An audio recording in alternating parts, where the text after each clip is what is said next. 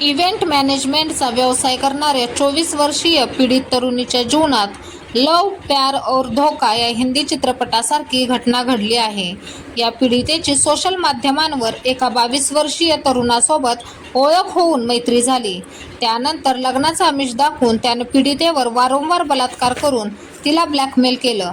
दगाबाजावर Kondgaon police ठाण्यात बलात्कारासह विविध कलमानुसार गुन्हा दाखल करून पोलिसांनी त्याला अटक केली. नुरहान मोमीन असं अटक करण्यात आलेल्या दगाबाजाचं नाव आहे. पोलीस सूत्रांनी दिलेल्या माहितीनुसार पीडित तरुणी इव्हेंट मॅनेजमेंटचा व्यवसाय करत असून ती कुटुंबियांसह उल्हासनगर कॅम्प नंबर 3 भागात राहणारी आहे.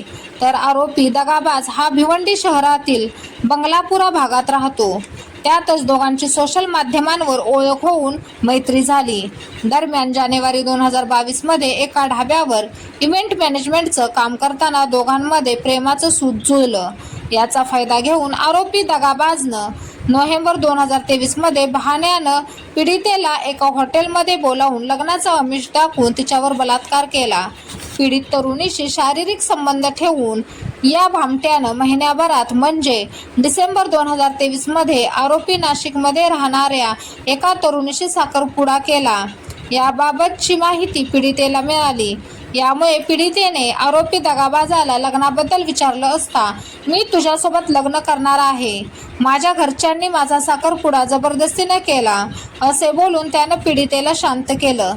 नराधम हा 29 एप्रिल 2024 रोजी पीडितेच्या घरी तिला भेटायला आला. यावेळी त्यानं तिच्याकडे लग्नाचा तगादा लावला. मात्र त्यावेळी त्यानं पीडितेला लग्नास नकार देऊन आपल्या दोघांचे अश्लील फोटो व्हिडिओ सोशल मीडियावर व्हायरल करून तुला बदनाम करीन अशी धमकी दिली. यावेळी त्यानं पीडितेला मारहाण केल्याचा आरोप पीडितेने केला.